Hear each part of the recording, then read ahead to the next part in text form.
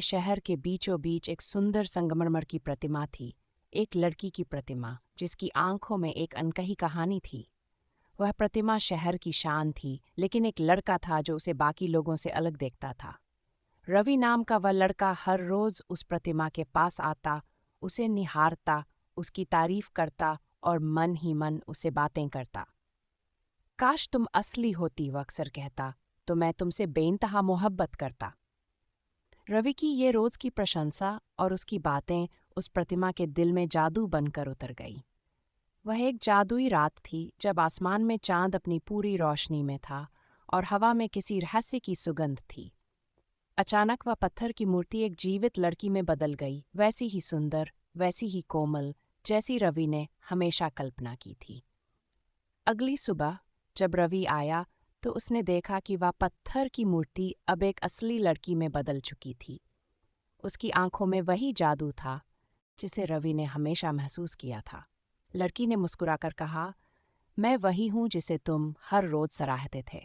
अब मैं असली हूं, तुम्हारे प्यार के कारण। रवि पहले तो हैरान हुआ, फिर खुशी से झूम उठा।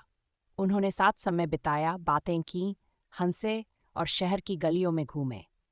वह लड़की जो कभी एक ठोस प्रतिमा थी, अब एक नर्म दिल वाली इंसान थी जो रवि को टूटकर चाहने लगी।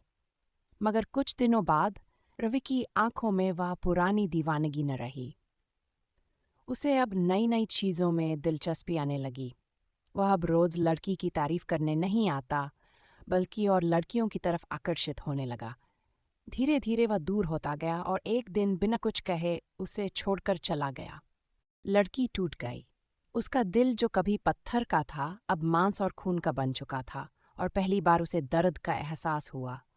उसकी आंखों में आंसू आ गए, लेकिन वह जानती थी कि उसका जन्म सिर्फ रवि के प्यार से हुआ था, और जब वही प्यार खो गया तो उसका अस्तित्व भी खोने लगा। एक रात जब रवि वापस उसी जगह से गुजरा तो उसने देखा वह लड़की फिर से पत्थर की मूर्ति बन चुकी थी। मगर अब उसकी आंखों में प्यार नहीं, बल्कि दर्द और धोखे की कहानी थी। रवि ने हाथ बढ़ाया, मगर अब बहुत देर हो चुकी थी। प्यार की मूर्ति फिर से पत्थर बन चुकी थी, इस बार हमेशा के लिए।